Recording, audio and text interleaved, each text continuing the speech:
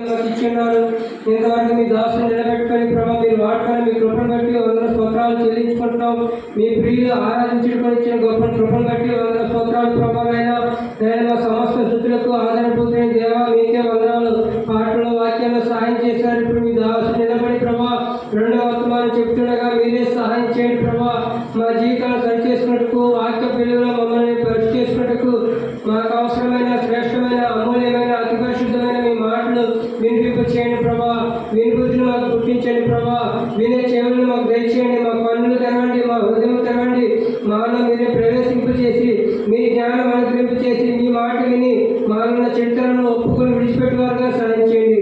యువతమైన రీతిలో బలంగా పాల్పొందడం కూడా కృప చూపించమని మీ దాసును బలంగా వాడుకోమని వేడుకుంటూ సమస్త మహిమ ఘనత ప్రభావాలు మీకే ఆరోపించుకుంటూ ఈ ప్రార్థన మా ప్రభు మా రక్షకుల యేసు పరిశుద్ధ నామమున అడిగి మరి ప్రార్థించి వేడుకుంటున్నాము తండ్రి.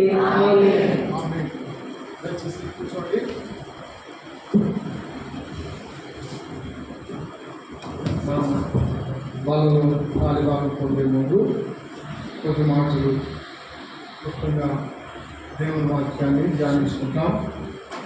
నేను కూడా చాలా బలహీనమే. మరి ఖర్చు షుగర్ వల్ల బలహీనత వచ్చేస్తుంది. ఎలా బలహీనత అంటే ఇంకా కాళ్ళు చేతులన్నీ లాగేసి అదోలాగా అయిపోయినట్టు ఉంటుంది. దాన్ని దేని బట్టి షుగర్ని బట్టి. అయినా కానీ మరి అపోజిట్ పౌరులు చక్కగా మాట జ్ఞాపకం చేస్తుంటాడు. నేను ఏమై ఉన్నానో అది దేవుని కృప. ఆయన కృపలైతే మనం క్షణం కూడా జీవించలేము. కాబట్టి కృపకు వేడు వారిలో ఆయన సంతోషించేవాడు. కృపకు వేడుకోవాలి. మంచిదండి.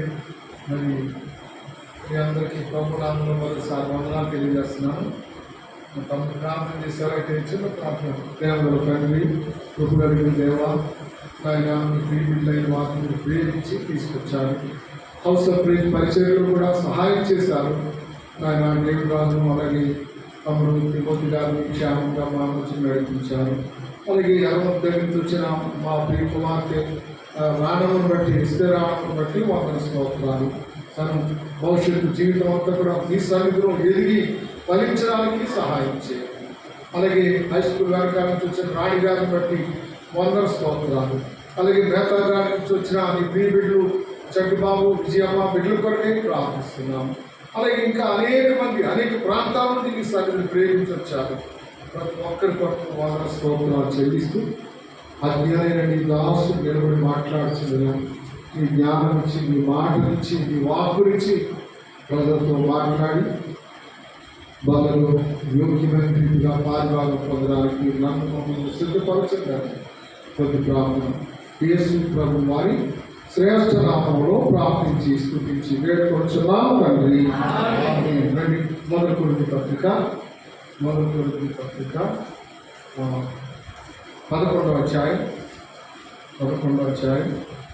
23, 24 వచనాలు మనం కలిసి చదువుకుంటాం. మొదటి కొరింథీ 11వ అధ్యాయం 23, 24.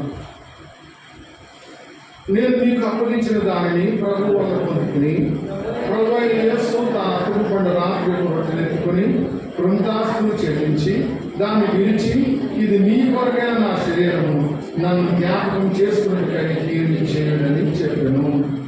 24 చదవండి. దాన్ని విరిచి ఇది మీ కొరకైన నా శరీరము, నన్ను జ్ఞాపకం చేసుకున్నట్టుగా దీన్ని చేయడని చెప్పాను. అలాగే భోజనమైన రూపాయల పాత్ర ఎత్తుకొని ఈ పాత్ర రక్తం వల్ల క్రొత్తని పొందిన మీరు దీనిలో త్రాగినప్పుడు ఎలా నన్ను జ్ఞాపకం చేసుకున్నట్టుగా దీన్ని చేయడం. కాబట్టి ప్రభు బాధలో పారిభాగం పొందే మనం ఆయన్ని జ్ఞాపకం చేసుకోవాలి. ఏంటి ఆయన జ్ఞాపకం చేసుకోవడం? ఆయన పొందిన మరణం, ఆయన పొందిన శ్రమ, ఆయన పొందిన బాధ, వేదన అవన్నీ జ్ఞాపకం చేసుకోవాలి. అప్పుడు మనం కూడా శ్రమ పడడానికి ఇష్టపడతాం. మరి మనం కూడా ఆయన ఏదో ఆనందించడానికి ఇష్టపడతాం. శ్రమలో ఆనందం ఉందండి.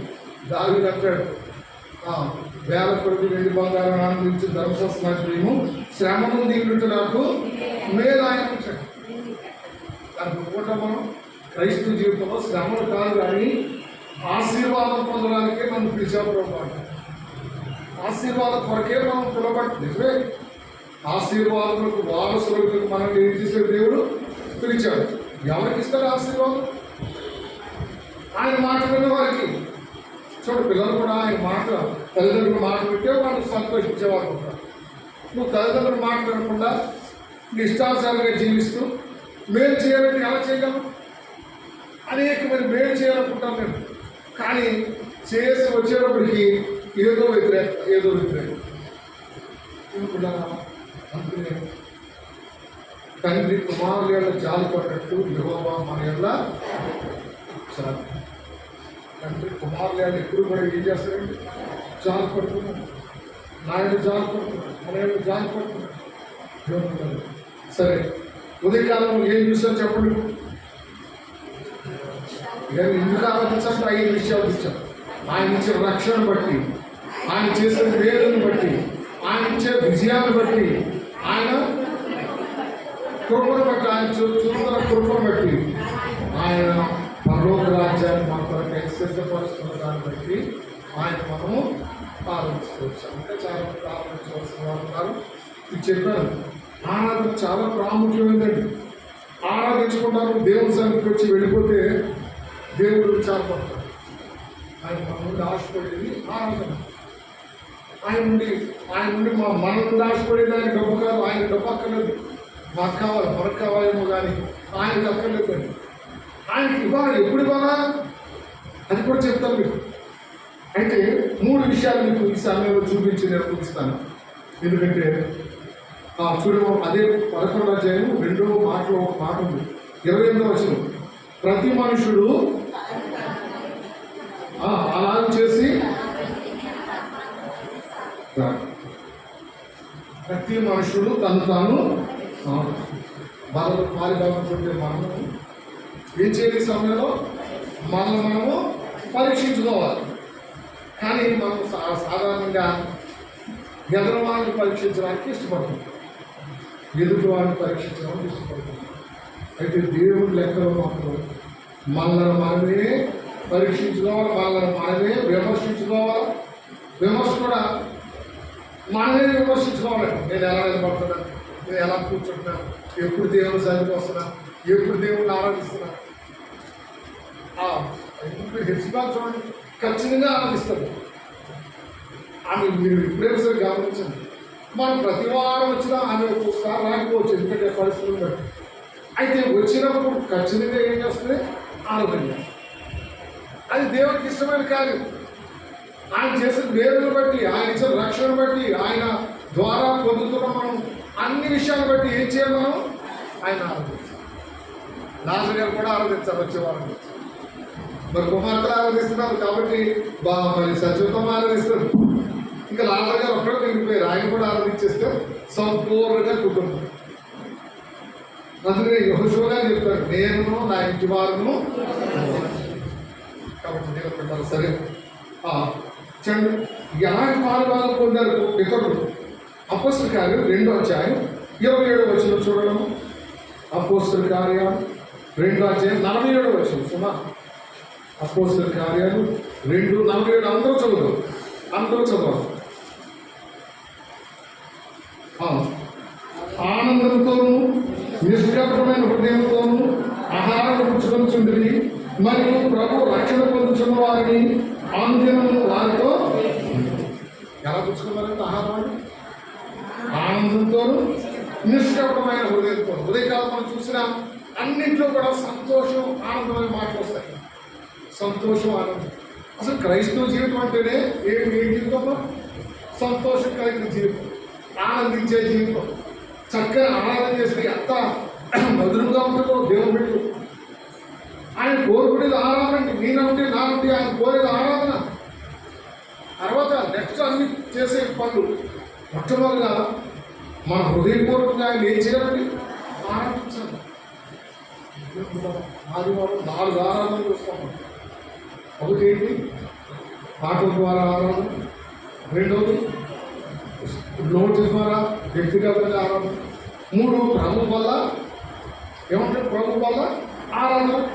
4వది కానుకల సమర్పణ ద్వారా ఆరాధన 4 ఆరాధనలు ఒకే దినం వస్తాయి. అందుకనే కదా మేము ఆదివారం వస్తున్నాం, ఇతర రోజుల్లో రాజధాని అంటారు. కానీ దినం పెట్టారా ఎంత ఎక్కువగా మనం దేవుని సన్నిధికి వస్తే అంత ఎక్కువ ఆశీర్వాదం ఉంటుంది, అంత మేలు ఉంటుంది. ఎలా రావాలి మనం? భయభక్తులతో గడగడ వణుచు ఆయన సన్నిధికి రావాలి. సరే, ఇప్పుడు ఆనందంతోనూ నిష్కపటమైన హృదయంతోనూ బలము మనం ఇచ్చేయాలా ప్రార్థిస్తాం. అప్పుడే సంఘంలో ఏముంటుంది? ప్రతి ఒక్కరిలో ఐక్యమత్యం ఉంటుంది.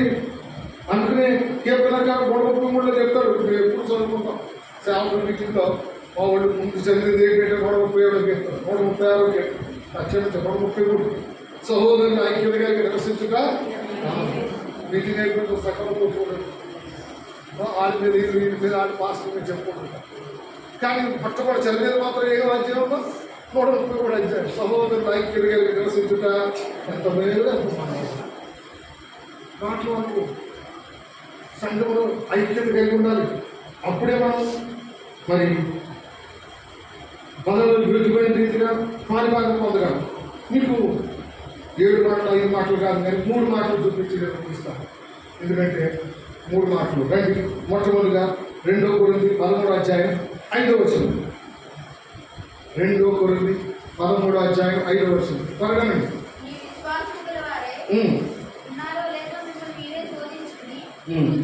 అదే పరీక్షించుకోండి. మీరు విశ్వాసం గలవారై ఉన్నారో లేదో మిమ్మల్ని మీరే శోధించుకోండి. తర్వాత పరీక్షించుకోండి. 2 మాటలు ఉన్నాయి కదా అక్కడ. కాబట్టి దేవుడు అంటారా, మిమ్మల్ని మీరే శోధించుకోండి, పరీక్షించుకోండి. Believers become a faithless. Believers అంటే విశ్వాసంలో ఏముండలేదండి, అవిశ్వాసంగా ఉంటున్నారు.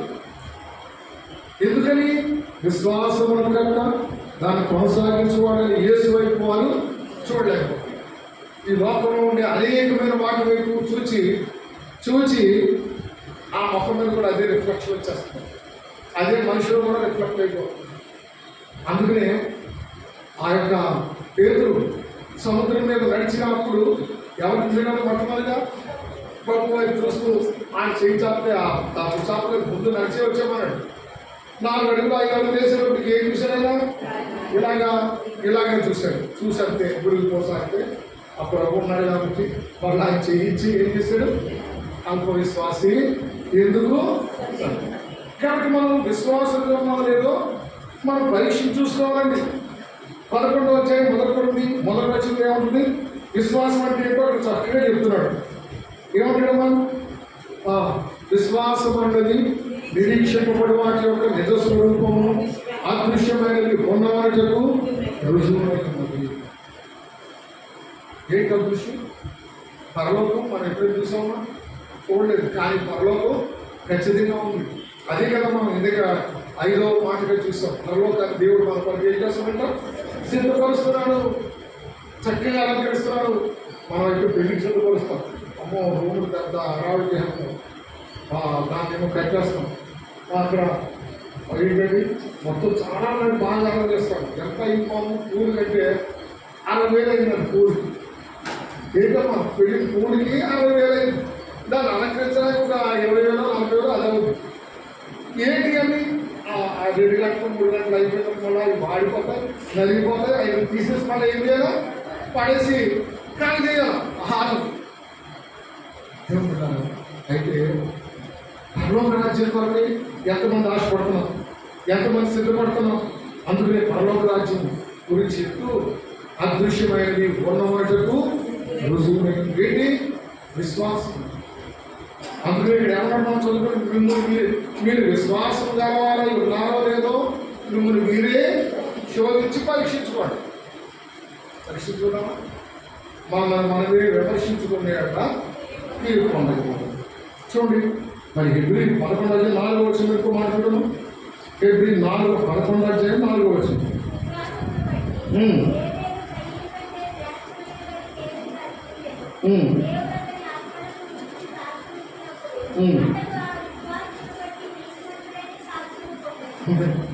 విశ్వాసమును బట్టి కయ్యను కంటే హేబెలు ఏమర్పించారట? శాస్త్రమైన బలి అర్పించారు. ఎలా? దేని బట్టి? విశ్వాసం బట్టి. అది నువ్వు నేను ఇచ్చేది విశ్వాసంతో ఇచ్చినప్పుడు, విశ్వాసం కలిగి ఉండి మనం సమర్పణ చేసినప్పుడు అది నూరంతల ప్రతిఫలించేది ఉంటుంది. కాబట్టి దేవుడు బిడ్డరా ఇక్కడ అంటాడు, వారు చనిపోయినా విశ్వాసంతో ఏం చేస్తారంట? మాట్లాడితే చెప్పారు. మనం ఇద్దరు పేర్లు చెప్పారు, సాక్షి పెడుతూ. శ్యామ్ కుమార్ పేరు ఒకటి, మేరీ గారి పేరు ఒకటి చెప్పారు. అన్న గురించి సాక్షి చెప్పడానికి నేను యూట్యూబ్లో వింటున్నారు కదా. వారు చేసిన కార్యాలు, వారు చెప్పిన మాటలు. మేరీ గారు అనేది వీరం అనేది ఆమె మేరీ. తమ్ముడు చక్కగా మాట్లాడతాడు, అందరినీ కూడా అక్క మాట్లాడడం కూడా అక్క మాట్లాడారు. దేవుడు 50 సంవత్సరాల చక్కని మాట. ఎవరు చూసినా అక్క అక్క, చిన్న పిల్లలు చూసినా చక్కగా పలుకుతున్నారు. నేను చెప్పాను కదా అక్కడ, అసలు ఆయన సమాధి చేస్తాడు, నాకు ఏం పర్లేదు, నేను ఎలా చెప్తున్నా కానీ ఆయన మంచిగా సమాధి చేస్తాడు, ఎందుకంటే అందరినీ తీసుకొస్తాడు అనుకున్నాను. అయితే నాకెట్లా కావాల్సి వచ్చింది. అందుకు నేను ఏ విధంగా ఏం జరుగుతుందో మనకి, ఎందుకంటే సమాజం గురించి ఎందుకు చెప్పాలి? నేను ఇంకేదైనా చెప్పచ్చు కదా, 2 రోజుల గురించి కాదు. ఒక జన్మదినం కంటే మరి సమాధికి సరిగ్గా వెళ్ళకపోతేనట ప్రయోజనమేమి లేదండి. పడిపోయిన పెట్టడం కానీ మేలంటాడు. కాబట్టి దేవుని బిడ్డరా ఇక్కడ మరి పౌలు గారి జీవితంలో 2 కనపడతాం మనం. ఒకటి మొట్టమొదటి ఎవరంటే ఆయన పేరు ఏంటమ్మా? సౌలు. సౌలు అంటే పెద్దవాడని అర్థం. సౌలు మార్చబడిన తర్వాత ఏం పేరు పెట్టారు? పౌలు అన్నారు. పౌలు అంటే చిన్నవాడని అర్థం. మనం పెద్దవాడిగా ఉండకూడదు, కానీ ఎలా ఉండాలి? మనం చిన్నవాడిగా ఉండాలి. అంటే దాని అర్థం తగ్గించుకొని ఉండాలి, మనం లోబడి ఉండాలి. చూపించుకోవడానికి కాదు మనం కావాల్సింది. దేవుడు బిడ్డరా, ఎందుకంటే వారాన్ని బట్టి నేను చెప్తున్నాను. నేను ఇవ్వచ్చు తమ్ముడు, అసలు ఈ వేళ తిరుపతి గారు మొదలు చెప్పాలా, 2 రోజులు నేను చెప్పాలనుకున్నాను. అయితే మా వాడేమో తిరుపతి గారు లాక్కెళ్ళిపోయాడు. మరి ఎదురాదు ఆయన లాక్కునేపోయాడు. మళ్ళా అంటే ఇక్కడికి వచ్చి 2వ ఆయనకి ఇచ్చేయకూడదు అనుకున్నాను. చూడండి ఎంత న్యాయంగా ఉంది. ఇవ్వచ్చు, కానీ నేను సిద్ధపడ్డాను, ఎంతో ప్రార్థనాపూర్వకంగా సిద్ధపడ్డాను. 2వ నేను చెప్పాలని, అమ్మ ఎవరు చెప్పాలని అనుకుంటే మానిపోయింది. సరే దేవుడు కదా, ఇక్కడ అబ్రహాం విశ్వాస జీవితం, హేబెలు విశ్వాస జీవితం, పౌలు విశ్వాస జీవితం. దేవుడు కదా మరి సౌలుగా ఉన్నప్పుడండి గవర్నమెంట్ అతనికి అధికారం ఇచ్చింది. ఏమని? నీకు కనపడిన ప్రతి క్రైస్తవుడు ఏం చేయాలా? చంపేయాలా? ఎంతమంది చంపదో చంపుకో. అందుకనే ఆయన అన్నాడు, పూర్వము నేను దోషకుడను, హింసకుడను, హానికరుడు. పూర్వం మన వద్దే, నమ్మిన తర్వాత ఏమైపోవాలా? దోషం మాట్లాడుకోవాలి. అందుకే ఒక దేవుని సాగుతున్నాడు, సనకి సగమని తెచ్చారే భార్య సనకూడదు. అలాగే చాలామంది భర్తల మీద చదువుతుంటారు, చాలామంది భార్యలేమో భర్త మీద చదువుతుంటారు, భర్తలేమో భార్య మీద చదువుతుంటారు. చదువుట సడిగి ఏమైనా బైబిల్లో సంహారకుల చేత సనకండి. ఇప్పుడు ఇంట్లో ఏమున్నా లేకపోయినా అడ్జస్ట్మెంట్ అవ్వాలి, అంటే సరెండర్ పోవాలి. కాబట్టి దేవుడు బిడ్డరా సరుకుడు పాసమని. కాబట్టి అపోస్తలుల పౌలు 14 పత్రికలు రాశారు. ఎవరు రాయలేదు అలాగే? మోషే గారు 5 రాశారు, 5 ఖండాలు ఆయన రాశారు. అయితే కీర్తనలో 1-2 అధ్యాయాలు రాశారు. అయితే ఈయన 14 పత్రికలు కొత్త నిబంధనలు రాశారు. కొత్త నిబంధనలు ఎన్ని పుస్తకాలు? 27 పుస్తకాలు. చెప్పండి, 27 పుస్తకాలు. పాత నిబంధన 39. చెప్పారు బాగు. కాబట్టి 39, 27 ఎంత? 66 పుస్తకాలు. 50 ఉండాలి. ఈ 66 పుస్తకాలు 14 పత్రికలు ఎవరు రాశారు అంటే ఎక్కువ రాసిన పౌలే. పూర్వం ఎలాంటి పడైనా హానికరుడు, హింసకుడు, చంపేయడమే కాపాడతామండి. అడిగిపోతాడు ఒక దినాలు. ఆదివారం ఏ రోజు తిరిగి కానీ బహుశా ఆదివారం సంఘానికి వెళ్ళి మొత్తం వేదికలో ఉన్న వాళ్ళందరినీ తీసేద్దాం అనుకుని వస్తున్నాడు. అంతే మధ్యలో వేసుకున్న వారు పట్టుకున్నారు దేవుని బిడ్డలారా. కాబట్టి ఆయన ఒకప్పుడు మంచి చదువుకున్నవాడండి, డబ్బున్నవాడు, తర్వాత హోదా ఉన్నవాడు. అలాంటి వాడిని దేవుడు ఆ సౌలుగా ఉన్న ఆయన ఏం చేశాడు? పౌలుగా మార్చాడు. అప్పుడు అంటాడు ఆయన, బ్రతుకుట క్రీస్తే చావైతే బ్రతుకుట దేవుడు. మనం బ్రతికేది ఎవరి కోసం బ్రతుకున్నాం? చాలాసార్లు అంటాం, నేను బతికేది మా పిల్లల కోసమేనండి. మా పిల్లల కోసం అయితే పిల్లలు ఎప్పుడు రాయబెట్టారు. నీవు నేను ఎవరి కోసం బ్రతకాలి? దేవుడి కోసం. తర్వాత పిల్లల కోసం బ్రతకాలి. తర్వాత పిల్లలు మొదటి స్థానం కావాలి. అబ్రహాము అందుకనే దేవుడికి ఇష్టడై ఉండేను. ఒక్కడైన కుమారుని ప్రేమించేస్తానని ఇవ్వమంటే వారితో కూడా చెప్పకుండా, ఎవరితో బంధువులతో చెప్పకుండా రాత్రి బయలుదేరేసాడు. అందుకనే నీవు ఆయన గురించి మాట చెప్పడింది, నీవు దేవుని యందు భయభక్తులు కలవాలని ఇందులో పెడుతూ నేను సరే. కాబట్టి ఏంటమ్మా గలతీ పత్రిక 3:3 చూడండి. గలతీ 3:3 మొదటి కొరింథీ 10:5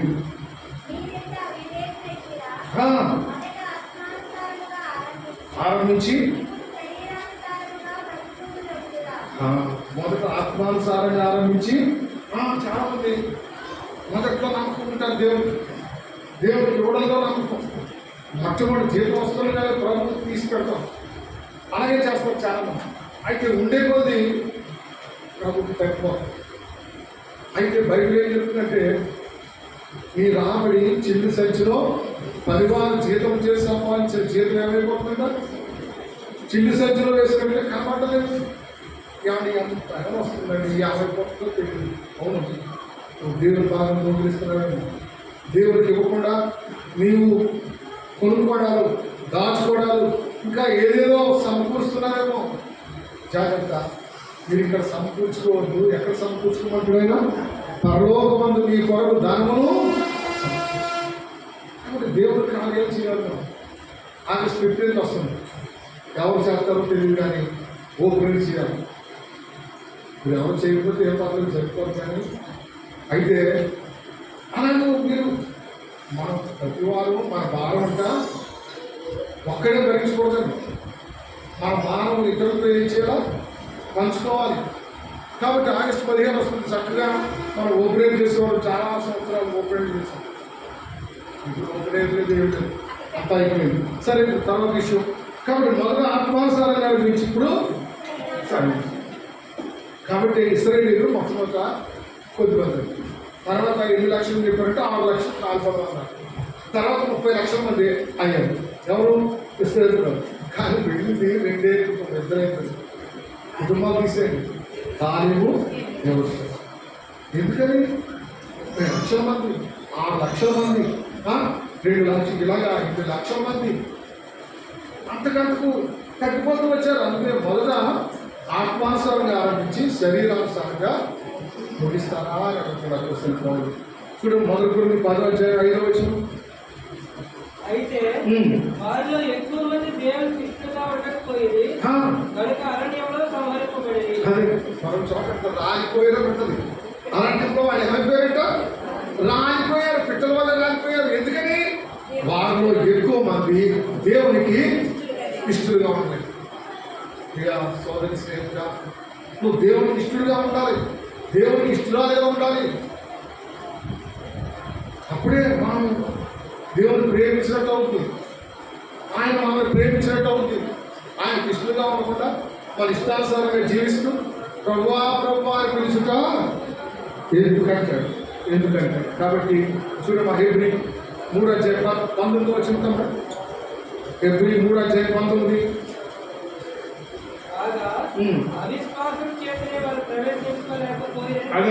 కాగా వారి అవిశ్వాసము చేతనే. ఇప్పుడు మొట్టమొదటి మాట ఏంటమ్మా? పరలో పాలుగా ఉంటుంది. మనం విశ్వాసం గలవారై ఉన్నారో లేదో మిమ్మల్ని మీరే ఇశ్రాయేలు ప్రజలకు విశ్వాసం లేదు.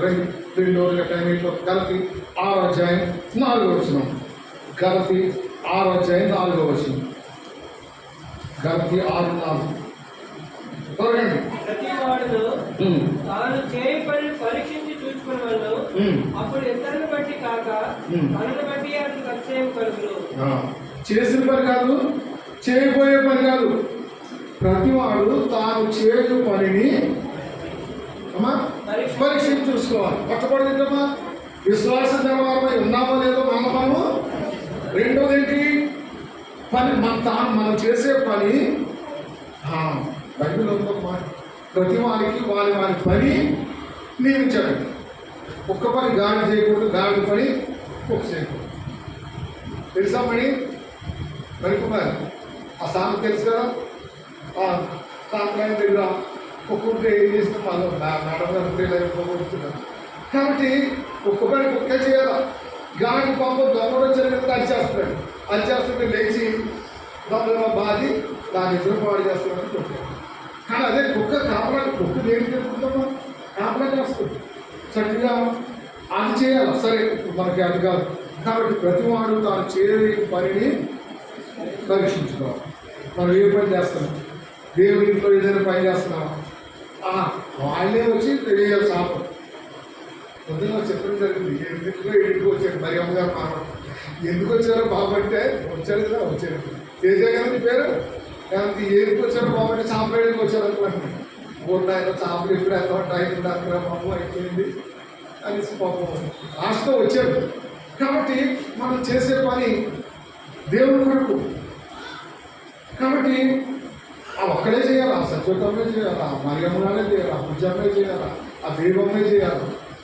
ఇంకా అమ్మడు అంటాడు అవి పాపం పెద్దవాళ్ళు దేవుడికి వస్తాం.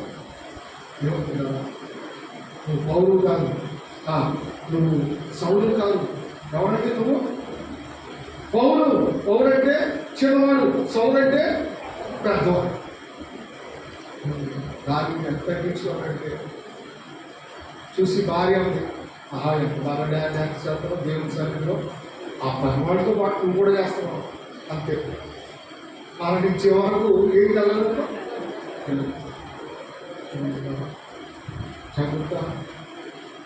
మనం చేసే పనిని ఏం చేసుకోవడం? ప్రతివాడు తాను చేయు పనిని పరీక్షించాలి. మనం విశ్వాస ధర్మాలు ఉన్నామో లేదో మనము పరీక్షించుకోవాలి. చాలా మరి దేవుని మందిరంలో పనిచేయాలంటే ఇదివరకు మేము అడిగేవాళ్ళం. ఎవరి జాగ్రత్త గారు తయారు అన్న ఇద్దరు పొలంతో ఇవ్వాలని వాడికి తెలుసుపెట్టు. మేము ఇటుకలు మూసాం, పేడ మూసాం, అలికాం. తర్వాత చేపలలో ఇటువంటి చేపలు చక్కగా ఒక ఆయన ఉండేవాడు. ఇలాంటి చేప ఆయన్ని తీసుకొచ్చి ఏం తెస్తుందో అక్కడ ఉంటాయి కదా, కలిసిలో ఉంటాయి కదా మా మొక్కలు జమ్ము దాన్ని తీసుకొచ్చి ఆరబెట్టి దాన్ని చేపలు ఇలాంటి చేపలు అల్లేవాడు. ఆ చేపలు అంటే ఇప్పుడు ఒక రోజు 2 రోజులు అయిపోతుంది. దాదాపు వారం 10 రోజులు 50 రోజులు అలా పట్టి చేపలు అవుతాను. అన్నీ చేశాను కాబట్టి దేవుడు పనిచ్చాను. నేను ఒకటి చెప్తాను, పని చేసే వాడికి దేవుడు పనిస్తాడు. పని చేసేవాడికి జీతం ఇస్తాడు, అన్ని ఇస్తాడు. రే చిన్నడా. కాబట్టి దేవుని మధ్యలో పనిచేయడానికి ఇష్టపడదాం. దేవుడు కూడా ఏ కార్యం చేసినా అది ఆయన ఊరికే తీసుకోరండి. అందుకనే చూడమ్మా సామెతల గ్రంథం 31:31లో ఆ స్త్రీ గురించి ఒక చక్కని మాట ఉందండి. సామెతలు 31:31 చేసిన పనిని బట్టి అట్టి దానికి ప్రతిఫలం ఇయ్యదగును. గౌరవం చేత ఆమె పనులు ఆమెను కొనియాడదు. చేసిన పనిని బట్టి అట్టి దానికి ప్రతిఫలం ఇయ్యదగును. 27వ వచనం ఆమె తన ఇంటి వారి నడతను బాగా కనిపెట్టెను. పని చేయకుండా ఆమె భోజనం చేయదు. పని చేయకుండా ఆమె భోజనం. ఇప్పుడు పనిచేసే కోణం తగ్గిపోయారు. మనతో కాదు ఉన్నవాడు కోడలు ఏం లేదని పని చేయదు, కూతురు పని చేయదు. ఎవరు చేస్తారంట? కానీ వాళ్ళే చేస్తారు. అయితే ఇక్కడ స్త్రీ చాలా ఉన్నవాడండి. ఆవిడంటే పని చేయకుండా ఆమె భోజనం చేయదు.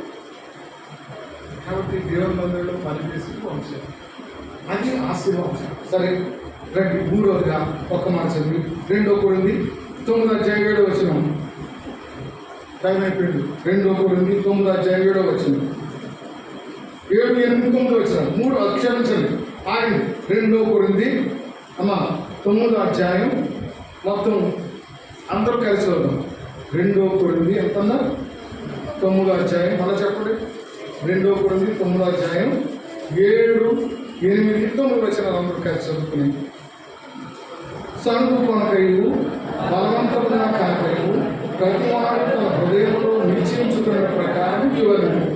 దేవుడు ఉత్సాహంగా ఇచ్చి వారిని ప్రేమించును మరియు అన్నిటికంటూ ఎల్లప్పుడూ మీలో మీరు సర్వ సమృద్ధి గల వారి ఉత్తమమైన ప్రతి కార్యం చేయటకు దేవుడు మీ యొక్క సమస్త విధములైన కృపను ఇందు విషయమై అతడు వెదజల్లి దరిద్రులకు ఇచ్చాను, అతని నీతి నిరంతరం నిలుచును అది గాయపడు. అతడు వెదజల్లి దరిద్రులకు ఇచ్చాను. దేవుడు గుడవకుండా కాయం చూపెట్టాలి. మరి కైసరికి పని ఇవ్వమంటావా వద్దంటాం అంటే ఆయన చెప్పిన కైసరి బాధపడుతూ ఇలా చెప్తున్నానని నేను చేస్తాను. అందుకనే దేవుడు నన్ను ఆశీర్వదిస్తున్నాడు. జీవితం వస్తుండగానే మొట్టమొదటి ఆయన బాధ తీసేస్తాను. ఎందుకంటే మొదటి ఆయనకి ఇచ్చినప్పుడు ఆశీర్వదించాడు. అందుకనే కదా అందరూ ఉన్నాయి మూటల గట్టలు వచ్చారు. ఎక్కడికన్నా దేవుడు మీటింగ్కి అయితే ఎవరిచ్చారు దేవుడికి? చిన్న పిల్లవాడు 5 రొట్టెలు 2 చేపలు. అదే ఏ రొట్టెలని గోధుమ రొట్టెలు కాదు, బార్లీ రొట్టెలు, ఎవర రొట్టెలు. అది తప్ప చిన్న పిల్లలు అంటే సామాన్యం తినే ఆహారం. మంచి పెద్ద పెద్ద ఏమో ఏం తింటారు? గోధుమ రొట్టెలు తింటారు. అయితే వాళ్ళు ఎవరు ఇవ్వలేదు. అయితే దేవుడి చేతిలోకి వచ్చినప్పుడు దాన్ని స్తుతించి ఆయన మరి పంచిపెట్టమన్నప్పుడు గడిపైకి ఎంతమందికి వెళ్తున్నాము? 5,000 పురుషులు, స్త్రీలు, చిన్నపిల్లలు కాకుండా 12 గంటలుగా.